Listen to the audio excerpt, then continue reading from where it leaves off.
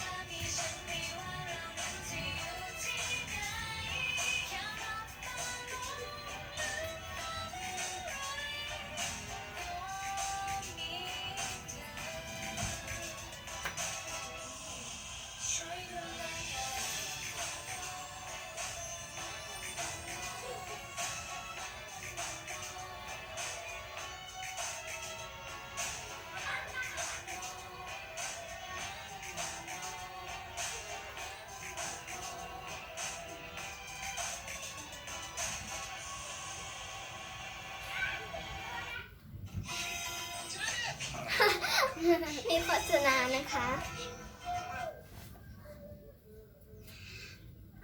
สำหรับวันนี้ก็ต้องขอลาไปก่อนนะคะ